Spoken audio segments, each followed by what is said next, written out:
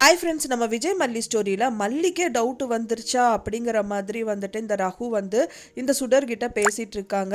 சுடர் தான் சொல்கிறாங்க டவுட்டு வந்துருச்சு அப்படின்னு சொல்லிட்டு. அவளுக்கே டவுட்டு வந்துருச்சுன்னா அவ்வளோதான் அப்படிங்கிற மாதிரி அவங்களே பயப்படுறாங்க.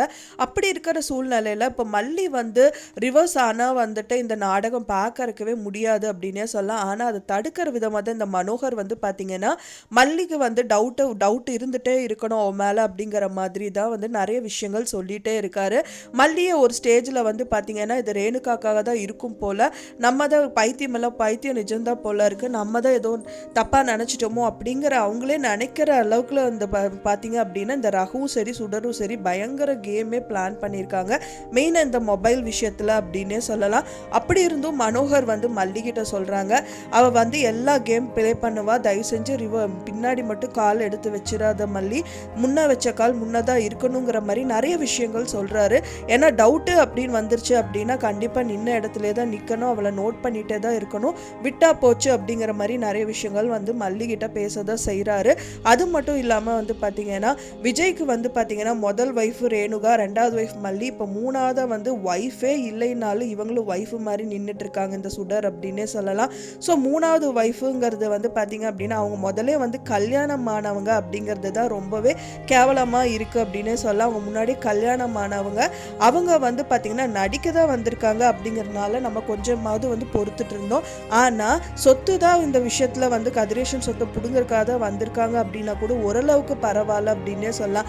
ஆனால் வந்து மல்லியோட லைஃபையே பிடுங்கிறதுக்காக உட்காந்துட்டு இருக்காங்க அப்படிங்கும்போது யாருனாலுமே ஏற்றுக்கவே முடியல அப்படின்னே சொல்லலாம். அது மட்டும் இல்லாமல் அவங்க வந்து உட்கார்ந்துட்டு இருக்கிறது வந்து அன்னபூர்ணி அம்மா வீட்டில் தான் வந்து உட்காந்துட்டு இருக்காங்க. முதல்ல வந்து மல்லி அப்படிங்கிறவங்களே வந்து பார்த்திங்கன்னா டேரெக்டாக அவங்க வந்து அம்மா வீட்டில் உட்காரல, பெரியம்மா வீட்டில் தான் உட்காந்துட்டு இருக்காங்க. அது இல்லாமல் மல்லியோட ஹஸ்பண்ட் அப்படிங்கிறனால தான் விஜய் அண்ட் தென் வெண்பா குட்டி எல்லாருமே இருக்காங்க.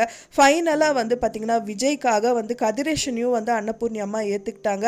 இப்போ வந்து பார்த்திங்க அப்படின்னா கதிரேஷன் கூட வந்து ரேணுகா அப்படின்னு சொல்லிட்டு அவங்களோட முதல் ஒய்ஃப்னு சொல்லிட்டு வந்திருக்காங்க. இவங்க மட்டும் பொய்யான ஆள் அப்படின்னு அவங்களுக்கு தெரிய வந்துச்சு அப்படின்னா கண்டிப்பாக நான் அவங்க வீட்டில் கொந்தளிக்கிறது வந்து அன்னபூர்ணி அம்மா தான் முதல் ஆளாக இருக்கும்.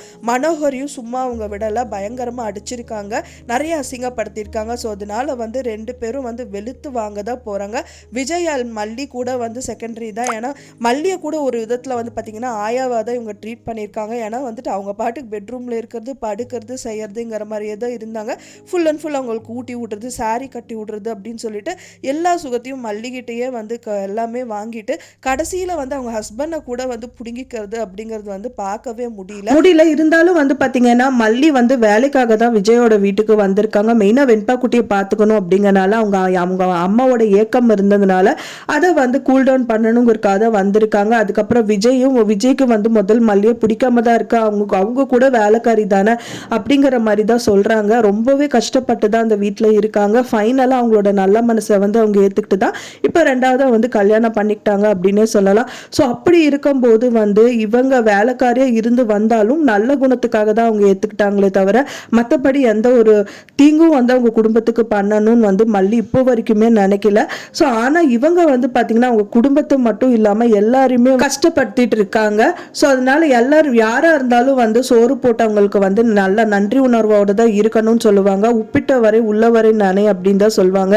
ஆனால் இந்த சுடரை பொறுத்த வரைக்கும் வந்து அந்த மாதிரி ஒரு துளி கூட வந்து அந்த உணர்வே இல்லாமல் விஜயை கூட தன்வசப்படுத்திக்கணும்னு நினைக்கிறாங்க.